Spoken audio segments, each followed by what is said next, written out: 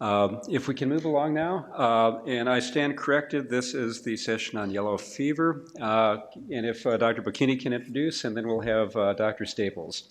I will, and Dr. Tempty, I want to thank you for not allowing anybody to take a break. It could shorten the discussion period for this subject.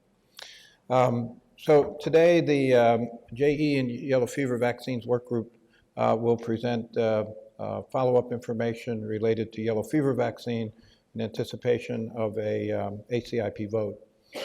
These are the members of the work group, and I want to thank everyone for their participation, especially Erin Staples for her work as the CDC lead for this work group. So just as a quick reminder for everyone, in 2013 in April, the World Health Organization's Strategic Advisory Group of experts concluded that a single dose of yellow fever vaccine is sufficient to confer lifelong protection and that booster doses were no longer needed. Additional data, however, was indicated by World Health Organization for identifying specific risk groups which might benefit from second dose or booster dose. Since 1965, the international health regulations allow countries to require yellow fever vaccine dose within the past 10 years for entry. In June of 2014, the World Health Organization World Health Assembly adopted an amendment to the IHR that extends yellow fever vaccine protection to the life of the person vaccinated. So this new change will take effect in June of 2016, so there will no longer be a requirement for countries to maintain that 10-year interval. So because of those changes, the JE vaccine work group was reformed to include yellow fever vaccine in October 2013. We've met multiple times to discuss the booster doses, and I won't go through the data, but as you know, we've had 3 previous presentations to ACIP on this topic, including a presentation of GRADE in June 2014, and we presented the initial set of recommendations. We received feedback from the ACIP and subsequently continued to meet to address the issues raised by ACIP.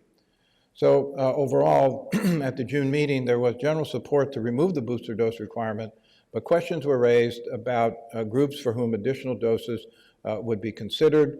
First was some discussion about the immune response in children, the interval between doses in certain groups, and what constitutes high-risk settings for exposure to yellow fever. The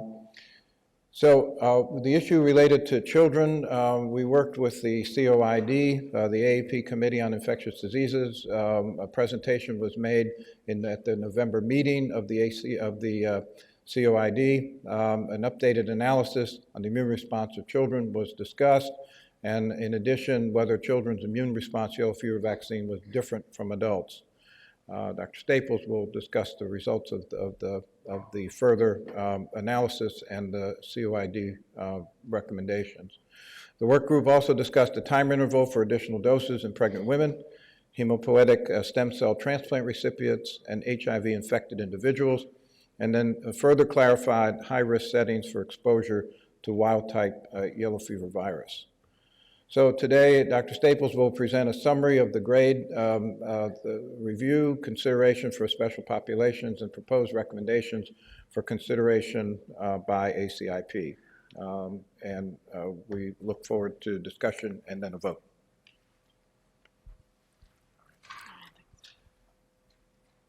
All right, thank you for staying around, and I won't be long because I stand between you and lunch. But I'd like to start by briefly summarizing GRADE that was performed for yellow fever vaccine booster doses before presenting some new data that addressed issues that were raised during the June ACIP meeting, and then finally conclude by presenting about the proposed language for yellow fever vaccine booster doses. Just to remind people, the primary policy question that the work group started for GRADE was, should booster doses of yellow fever vaccine every 10 years continue to be recommended for healthy travelers and laboratory workers? The intervention, of course, would be to remove the current recommendation, versus the current option would be to continue the current recommendation for booster doses. The grade evaluation, there were 4 benefits that the work group considered to be critical, namely vaccine efficacy, seroprotection, vaccine effectiveness, and seropositivity. However, there are no data on the vaccine efficacy or seroprotection. There were 3 harms that were considered by the work group to be critical, and these included serious adverse events and 2 specific types of yellow fever vaccine serious adverse events, namely viscerotropic disease and neurologic disease. I'll now review the main findings of each critical outcome, starting with vaccine effectiveness, which was defined as a lack of vaccine failures. There's been 18 vaccine failures identified among over 540 million doses of yellow fever vaccine that have been delivered. Only 2 or 11% of the 18 vaccine failures occurred more than 10 years from the last dose of vaccine, namely at 20 and 27 years.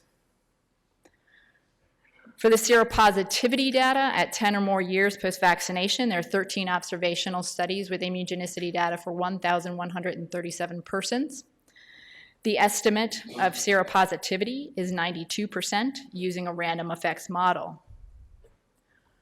Switching to 20 years, there's 3 observational studies with immunogenicity data on for 164 persons at 20 or more years post-vaccination.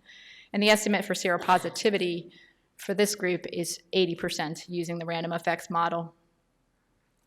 Moving to the harms, there were 9 observational studies that had data on 333 million doses of the vaccine distributed.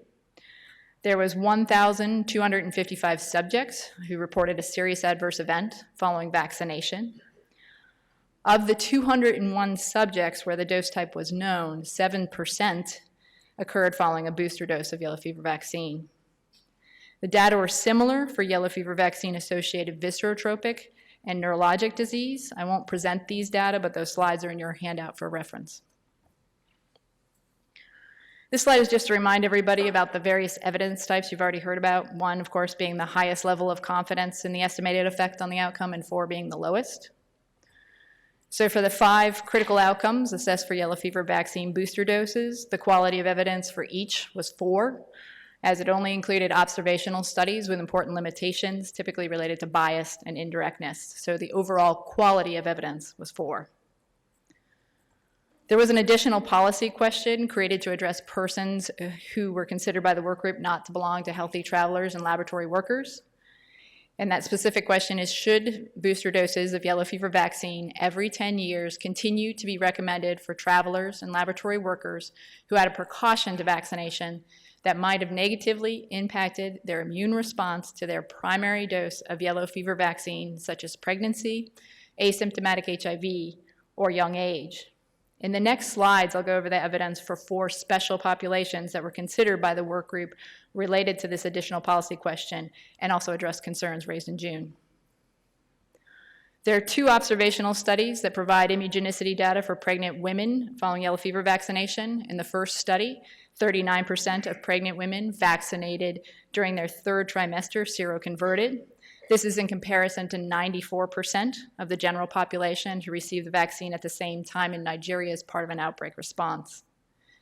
In the second study, conducted in Brazil, 98% of pregnant women vaccinated primarily during their 1st trimester seroconverted and developed yellow fever virus-specific antibodies.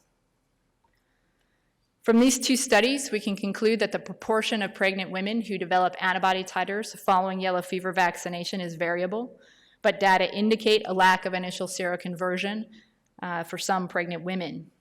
Given this, the work group suggests revaccinating women who received their initial dose of yellow fever vaccine while pregnant 1 time prior to their next travel at risk. At-risk travel. There are no immunogenicity data for yellow fever vaccine in hematopoietic stem cell recipients. However, the data suggests that most recipients become seronegative to live viral vaccine antigens post-transplantation.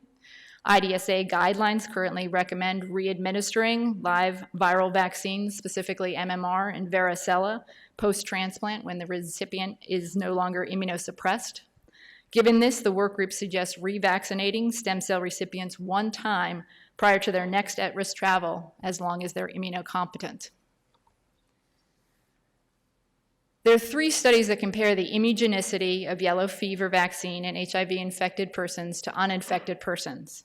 In the first study, 17% of HIV-infected children had yellow fever virus-specific antibodies on average 10 months post-vaccination.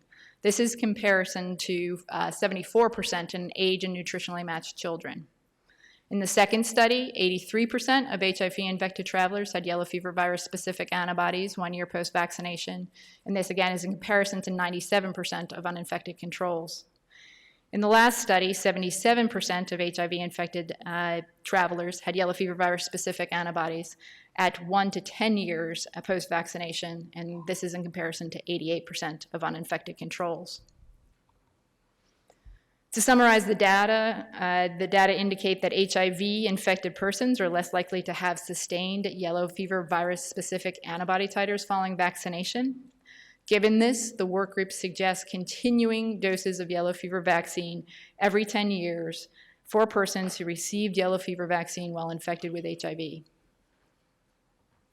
Now moving to young children, which was a particular area of discussion following the June presentation. There are 12 studies with immunogenicity data on 4,675 children aged 4 months to 10 years in endemic areas at least 1 to 2 months post-vaccination. The estimated seroconversion rate is 93% with a 95% confidence interval of 88 to 96% using a random effects model. We also looked at differences in seroconversion rate among different pediatric age groups. Because the studies often aggregated their results by age, there were 2 age groups that could be readily explored. The top table shows you the seroconversion rate for children 9 months and older compared to children aged less than 9 months. The estimated seroconversion rates were similar at 92% and 95% with overlapping confidence intervals. The bottom table shows data for children 9 months and older compared to children aged less than 12 months, and the seroconversion rates, again, are not different at 89% for children older than 12 months and older, and 93% for children less than 12 months, again, with overlapping confidence intervals. To summarize the pediatric data and note other considerations, the estimate for pediatric seroconversion rate was 93%. An unadjusted seroconversion rate for adults at the same time point is 98% for all populations and 97% for endemic populations. And just a reminder, the pediatric data only came from endemic areas. Based on available data, there are no clear age differences in seroconversion rates. When these data were presented and discussed with AAP's Committee on Infectious Diseases, or COID, they concluded that young children were not immunologically different from adults in their response to yellow fever vaccine. The work group finally considered persons who were considered to be at higher risk for yellow fever virus exposure based on season, location, activity, and duration of their exposure. There were 3 situations where a person was considered to be at higher risk location for yellow fever virus exposure. These include West Africa during peak transmission season, where the disease risk is estimated to be about 10 times higher than South America. Also, areas with ongoing outbreaks, and finally, regular exposure to wild-type yellow fever virus in a laboratory. And then finally, travel for long periods of time was also felt to likely increase the risk of disease.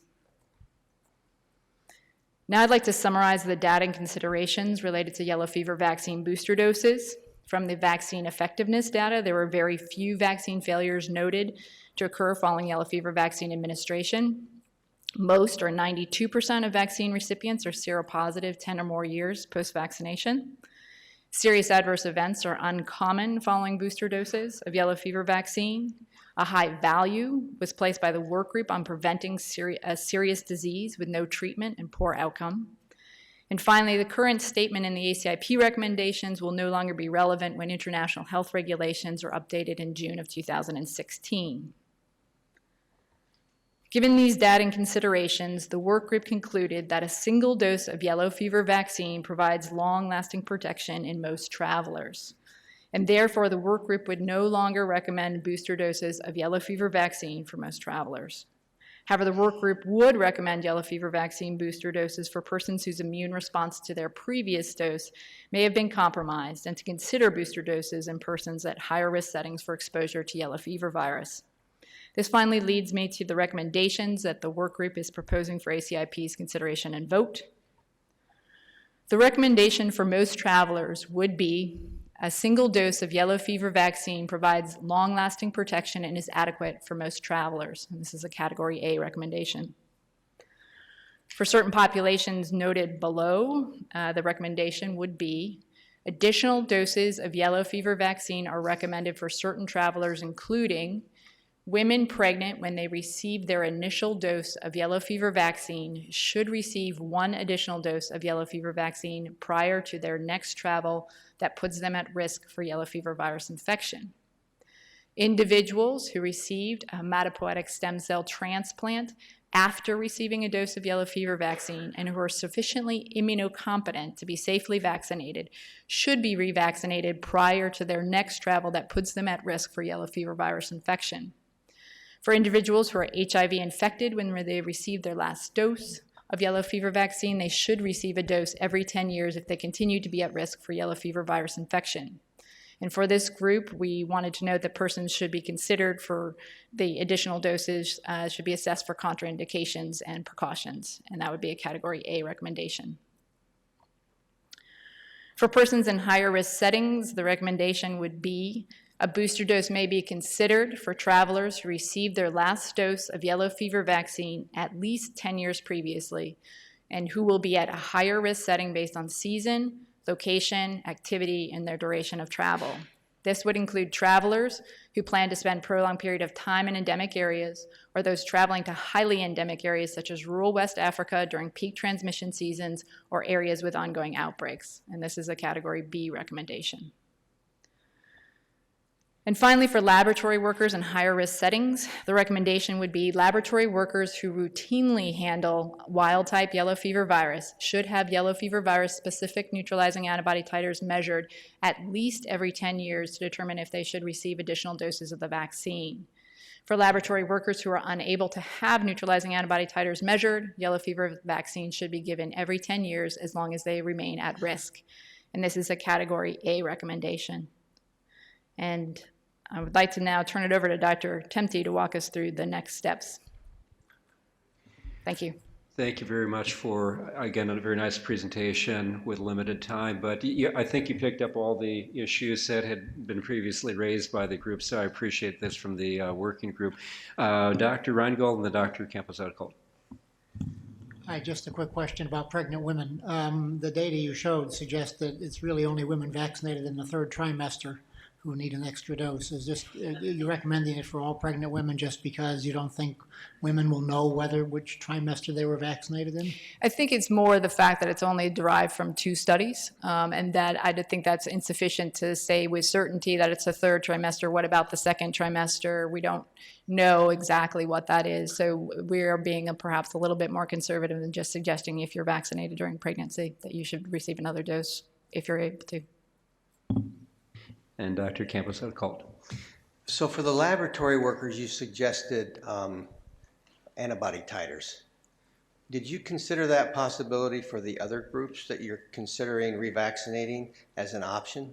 Because you did have some seroconversion among all those groups, and given the adverse reactions that can happen with the vaccine and the seriousness of it, I'm just wondering if you considered antibody titers first, and then if insufficient, revaccination.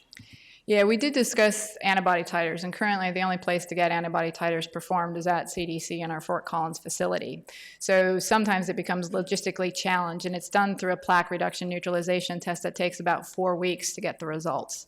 And at least from our travel practitioners in the group, they didn't think it was very practical, particularly as people are rushing in the door to get their vaccines and they won't have an answer. But CDC traditionally does do antibody testing for many of the high-risk groups we highlighted here, or risk groups we were a big concern. So that's something that's already going on and could be maintained.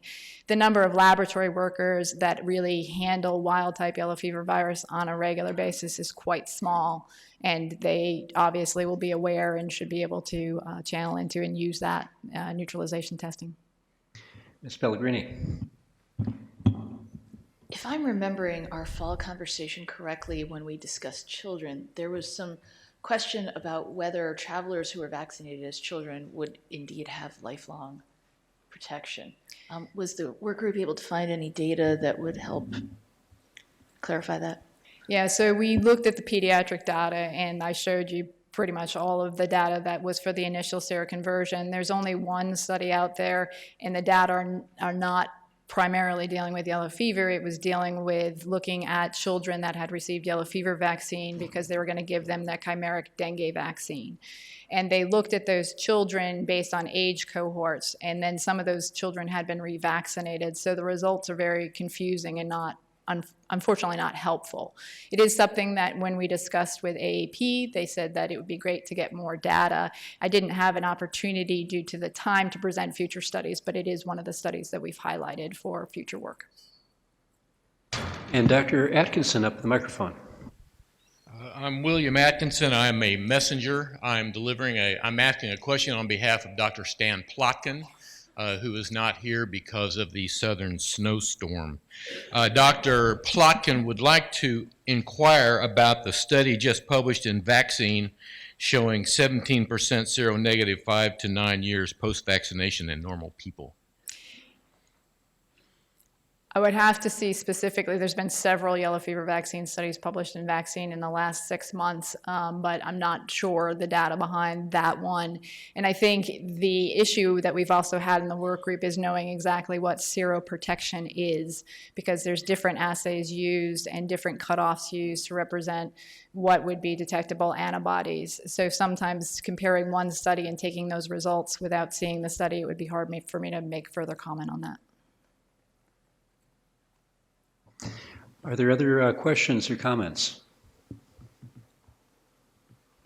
Okay. Again, thanks for a very nice presentation. I think our next step is to move on and see if there is a motion for approval. Again, I think the questions that were raised in the past have been addressed very nicely by the work group, so I will entertain a motion from Dr. Rubin. Yes, make a motion to approve the recommendation. And is there a second? And Dr. Bologna. Okay, other further comment? And if not, Dr. Karen, we'll start with you and go around to your right. Karen, yes. Riley, yes. Bocchini, yes. Vasquez, yes. Cabas-Outcalt, yes. Reingold, yes. Pellegrini, yes. Tempte, yes. Rubin, yes. Romero, yes. Harriman, yes. Harrison, yes. Bologna, yes. And the motion carries 13 for, no votes against. So thanks. There is no VFC resolution needed for this vote. So, and we're able to wish Dr. Harrison a good trip home. Dr. Bennett and Dr. Kemp have already had flight delays. I'm going to just move along very quickly with public comment. We have one more public comment here. But before we get to that, I just want to express our appreciation, first of all, to everybody in this room who adapted plans, made do with nothing going on yesterday and still showed up here today. We also appreciate the work groups who greatly and rapidly changed presentations to try and condense them down into the time available, because we did have these 4 things that we felt very important to get through. That being said, we did put off discussion and votes on influenza H5N1, smallpox, and general recommendations, plus other considerations for meningococcal B and HPV until the June meeting. So keep posted on those. But again, thanks to the work groups for adapting to this very limited time period we had. That being said, is Sally Lowenberg here?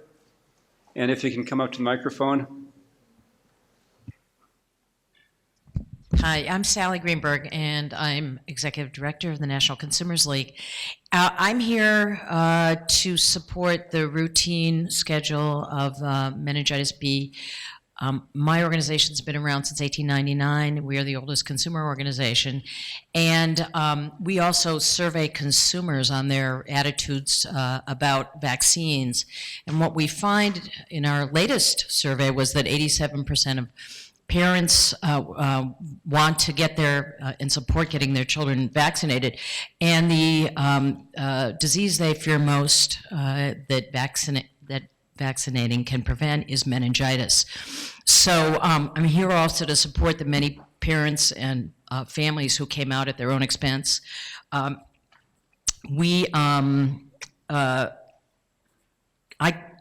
come to this both as a consumer advocate and wearing several other hats. One is that I had an uncle who had polio, got it the year before the polio vaccine came out, and I watched my family suffer with he clung to life in an iron lung for 2 years and then went on to be a quadriplegic. 1 year later, he could have been, this tragic condition could have been prevented. So. But I'm also the parent of a college-age kid who is a baseball player and lives in the dorms.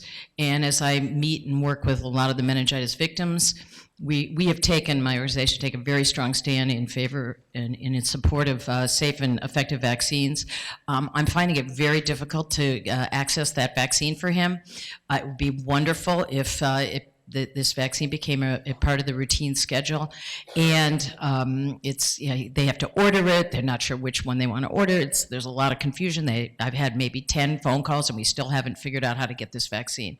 So it really isn't fair for my son to be the only guy to get it on his campus, which he probably will be. But I really feel so strongly that when you have something as safe and effective, and thanks to all of you for the critically important work that you do, but there's just no reason why this shouldn't be part of the routine schedule. So I'm really here with lots of hats on, but I think most importantly to support all these families and parents who came forward with these devastating conditions as a result of contracting meningitis B and something that's totally preventable. So thank you for giving me the chance to speak, and appreciate it. And I thank you for your patience to waiting until the end here. Before I finish up, I'm just going to, for the record's sake, because I don't have time to read all these, and we have 4 additional letters, that the letters have been provided to the members, and the letters will also be placed in their totality into the minutes from this meeting. But the first letter is from the National Consumers League, and actually the letter authored by Sally Greenberg, who just spoke. So that will be in. We have a letter from Leslie Meyer speaking to the routine recommendation for serogroup B meningococcal vaccines, and she is on the board of directors of the National Meningitis Association, so that will be in. We have an additional letter from the American for Consumer Institute Center for Citizen Research, and again, making their plea for a universal routine recommendation for meningococcal B. And then finally, from the National Hispanic Medical Association, a letter again requesting the consideration for routine recommendation of meningococcal B vaccine. So we have a lot of work ahead of us coming up, but I think we have come to the end of our agenda. I'm just going to see if there's any additional comment from members here, or Dr. Schuckert, or anyone else. And see none. And again, before we leave, just one more mention of our appreciation to Dr. Pickering for his 9 years of service to ACIP, and our best wishes as he moves on from here. So with that, thank you very much, and travel well.